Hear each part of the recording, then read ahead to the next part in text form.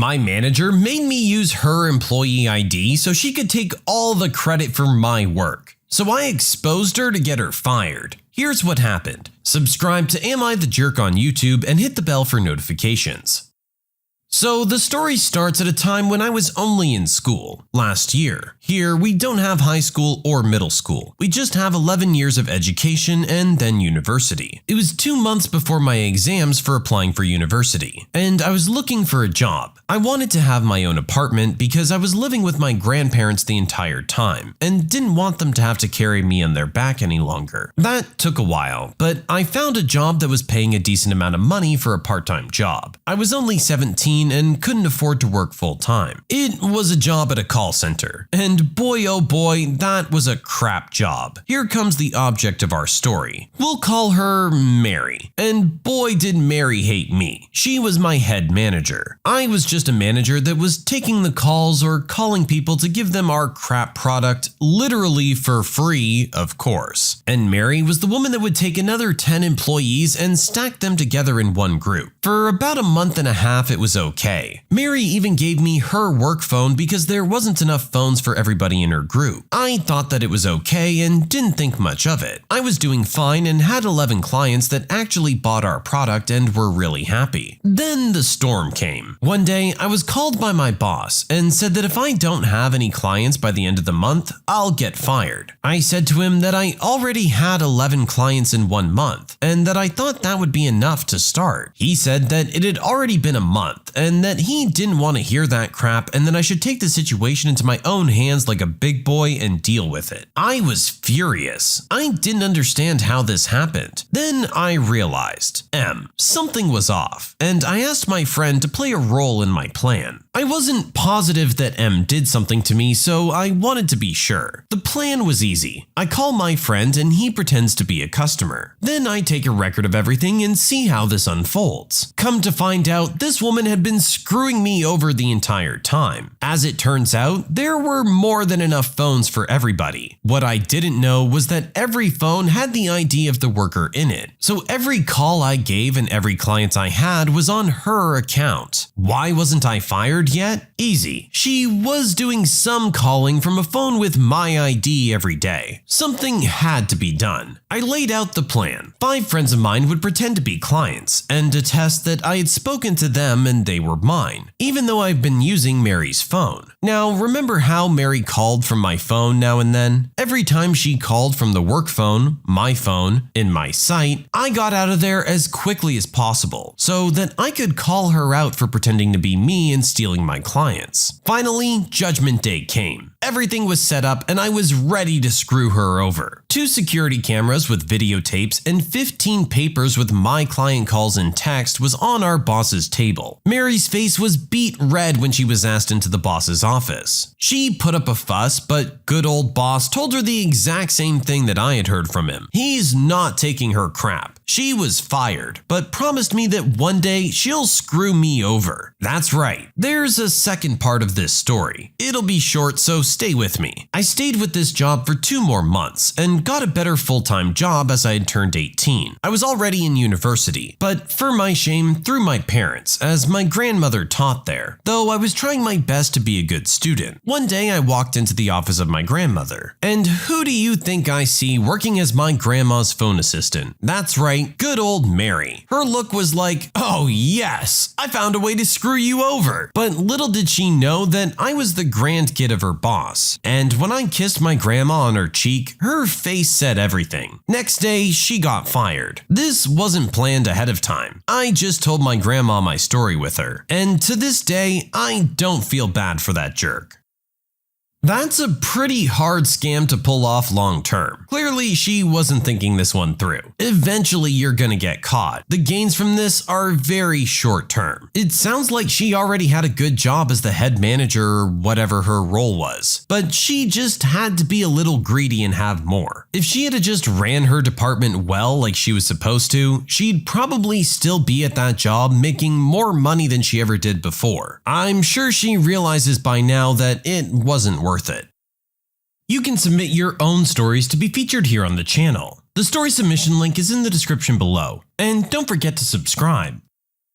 Entitled mother freaks out because I gave her daughter tap water during a sleepover. My daughter had a friend over for a sleepover last weekend. They're both 13-year-old girls. It was all fairly standard stuff. Watch crappy movies, stay up late, eat too much junk food, you know the drill. Both kids seemed to have a nice time, and the visiting kid was nice enough for someone else's teenage child. And I really didn't think too much more about it. Until the friend's mother called me Sunday night, absolutely outraged over what I had done while her child was in my care. Was it allowing them to stay up late? Was it the junk food? Was it the choice of film I allowed them to watch? No, my crime was far worse than that. Imagine the mother's horror when she discovered I had allowed her child to, wait for it, drink tap water. Turns out only bottled water is acceptable for her family. Now, I know some places there are issues with drinking tap water. We live in an area with excellent tap water quality, so I was kind of baffled what the issue was. I told her, our tap water is fine, and your kid didn't say anything at the time. But oh no, that wasn't good enough. You see, tap water has toxins in it. It's not safe for her family who only drinks bottled water. And she's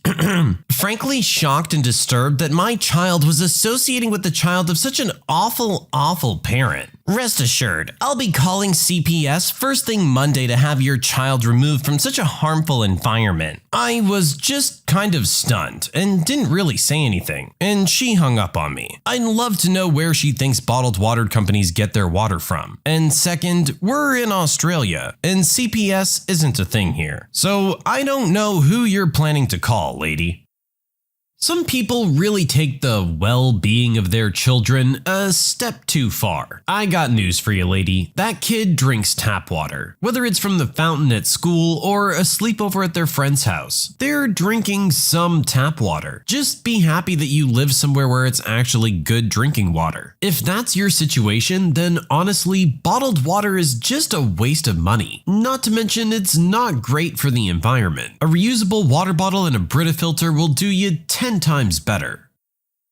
Entitled woman wants me to lose my job so she can buy 300 boxes of cereal. I work at a supermarket, and one of our regular customers is a woman who comes in with her 2 kids and buys an absolutely obscene amount of cereal whenever it's on sale. Now, when I say an obscene amount, I don't mean 10 to 20 boxes at a time. Oh no, she's not here for math word problem level amounts of cereal. She comes in and buys anywhere from 50 to 300 boxes at a time. Her and her kids usually come to the backroom door with 3 shopping carts and ask for 9 to 15 cases of cereal depending on how much we have left in stock. She's gotten denied service a few times, like the time she tried to buy an entire pallet of cereal, 5 boxes per transaction the day before Christmas. Management cut her off after 18 transactions, 90 boxes, because her order was holding up the lines for 3 of our 7 operational registers. 3 of our registers were broken at the time. The stock department manager absolutely despises this and has told the woman on multiple occasions that if she's going to purchase more than 3 cases of cereal, she has to call a few days before she comes in so we can order extra cereal. But she always claims that she won't know when she'll need it until she comes in and refuses to. This happened to me on a Sunday when I was the only person working in my department. I had just finished emptying the baler when Cereal Lady poked her head into the back room. "Hey, could you get me some cereal?" she asked. I scanned our sale pallets, and she said, "It's on the 2nd level of the scaffolding." The scaffolding she was talking about is the same kind of scaffolding you would see at a wholesale club like Costco, Sam's Club, or BJ's Wholesale. So I told her, "Unfortunately, I can't get that down for you. I'm not authorized to use the equipment needed to get that down." She then asked, "Is there anyone who can get that down for me?" And I responded, "Unfortunately, I'm the only one on at the moment. The full-timer who normally works alongside me on Sundays has the day off." She sighed and asked, "Could you do it for me just this one time?" And I responded with, "No, I'm not authorized to use the machine needed to get that down." And she said, "Seriously? You can't just do it this one time?" And I told her, no, I can't do it this one time. I'm not allowed to use the machinery, nor do I know how to use it. If I get caught using that equipment, I won't only lose my job, but I could potentially face legal trouble and steep fines should I damage something or injure myself. She huffed and then went, fine, I'll just get the front-end manager. He'll do it for me. A few minutes later, the front-end manager walked into the storeroom with the woman in tow. Hey, original poster, are you authorized to use the power lift? To which I responded, nope. So he asked, is full-time coworker here yet? And I replied, he's off today and my brother already left for the day. My brother works in the same department as me and is authorized to use the power pallet jacks. The front-end manager turns to Cereal Lady and says,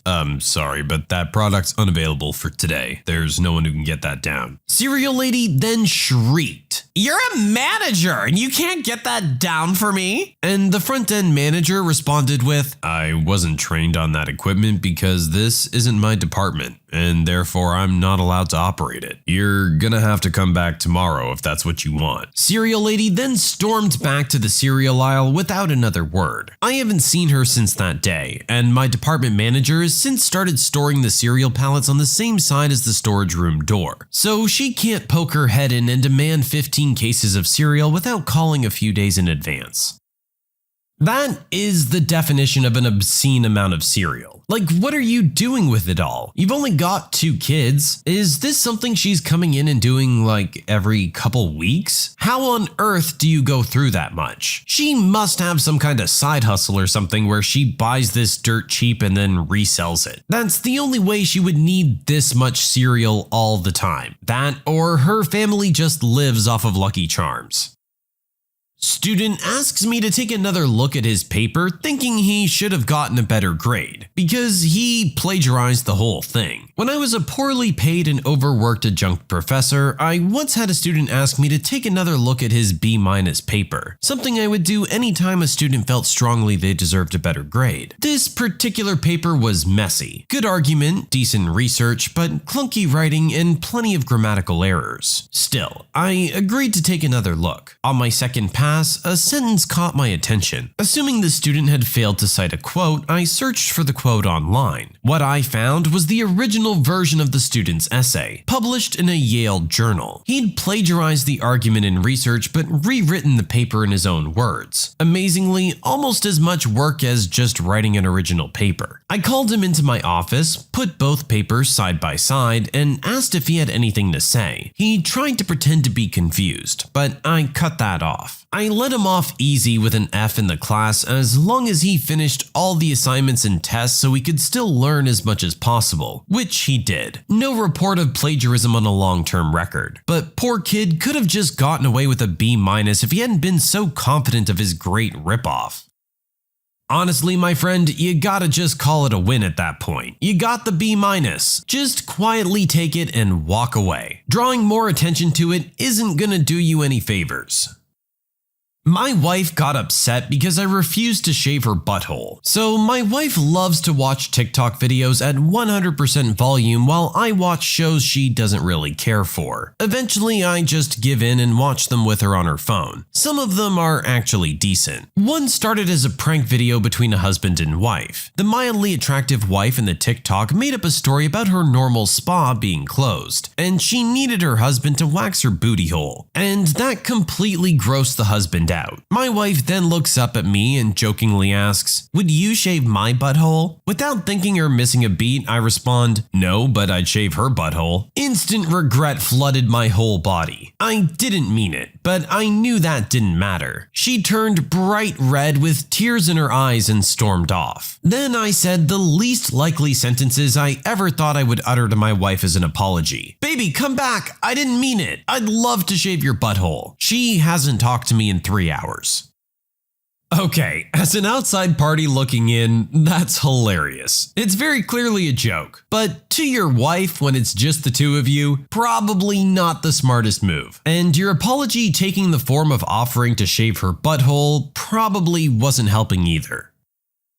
Racist lady mistakes me for the valet service and calls me the N-word when I refuse to park her car. This This happened about 16 or 17 years ago when I was in my late 20s. Now, one thing I know about myself is that I'm a baby face. Even now at 44, I'm tall and I have an athletic build. So I get mistaken for a young 20-something all the time. So you can imagine what I look like at the age of 27 or 28. Now couple that with the fact that I'm a black man, relevant later, and you can just imagine what my life has been like. There are few things here in America more despicable than a young black man, right? So that's my life in a nutshell. Cursed forever to be the young black man. So my team was having a retirement celebration for our manager, and we had a dinner party at a restaurant near our workplace after hours. The shindig ended up being about 25 to 30 people, mostly older. I think I was one of 2 or 3 people there under the age of 40, and it was nice. Our manager shed a tear or two, gave a nice speech, blah blah blah. The restaurant was open for business and there were other small parties and couples there, and they ignored us and we ignored them. But we weren't segregated. We were seated toward the center of the seating area around a large table and a second smaller one. So fast forward to the end of the dinner and we're all outside now saying our final goodbyes and on the verge of dispersing, and I was among the group. So a few people start to make their way home and our group is now whittled down to about 10 to 12 people. Other patrons and pedestrians are coming and going, like normal, and there we are just chatting amongst ourselves. Notably, our manager was still there with his plaque, a relatively large picture frame, and a couple of gift bags. So again, it should have been evident to anybody who was in the restaurant for the last hour who we were, you would think. And then it happens. For fun, we're just gonna call her Karen. Excuse me? Yes, ma'am. Here are my keys. For you to get my car. I'm sorry, I don't work here, ma'am. I don't have time for games. Here are my keys. As she's saying this, she's trying to stuff her keys in my hand. Now I'm ticked. If you put your keys in my hand, I'm gonna throw them across the street and into the gutter. Then why do you have a badge on? As she's saying this, she reaches out to grab my badge, which was on a lanyard hanging around my neck down around my midsection. But before she can, I snatch it away. If you touch me again, I'll consider it assault and call the police. I don't work here. She withdraws her hand and I release my badge, which she proceeds to study for the 2 or so seconds it would take to figure out it's not a restaurant or valet badge. I believe the restaurant contracts out their valet service, and having done valet work during college, I'm pretty sure my business attire does not in any way resemble the uniforms of the 2 or 3 companies that are in my area. Think tacky vest with a logo and matching pants. And furthermore, none of them do badges on lanyards. Then she looks me up and down, comes back to lock eyes with me, and while starting to turn away, utters that word. You know which one. Not gonna lie, it caught me off guard. And in the 15 years since, I've thought of the perfect comeback more times than I care to admit. But in that moment, I simply couldn't force words to come out of my mouth. So I just turned around and tried to shake off my shock and anger and proceed as if everything was fine. Most of my remaining coworker group, a mix of black and white, was aware of what had just transpired, but there was nothing to be said or done really. So we just kind of started small talking again. I feel like this is just one of those incredibly stereotypical racist stories. Why are you gonna assume the black guy's the valet? Literally nothing about him indicating that he could be a valet. But to you, because he's black, that's immediately what he's there for, obviously. Then, on top of that, you're incredibly rude throughout your interaction, and when it's over, you drop that bomb. Never, in any instance, is it okay to use that word. Especially in a situation like this. This guy's just minding his own business and your racist butt just waddles over and ruins his day. Like he said, he's been thinking about this for the past 15 years. We all have moments like that in our lives, where you were just completely caught off guard by some random interaction and didn't know how to respond. But it was so jarring that you still think about it lying awake at night, imagining how you would have handled the situation differently. This could have took a whole whole other turn if our original poster had decided to get confrontational about it. And if he had made that decision, I wouldn't have blamed him. Thankfully, it was mostly shock that set in and nothing escalated any further. Sadly, these types of encounters happen all the time with what would be referred to as minorities. But you know what? Everyone's a person. There is no minority when we're all human beings. Everyone deserves to be treated with the same amount of respect. Judging people based on something like their skin color is just one of the stupidest things you can do. You have no idea who that person actually is, and you're probably missing out on a great person because you can only see skin deep. When you subscribe, make sure to hit the bell to turn on notifications. Put the playlist on in the background to finish listening to all the stories, linked at the top of the description. And if you like Am I the Jerk, give Am I the Genius a shot, linked in the description as well. Either way, thanks a lot for watching, and we'll see you guys next time.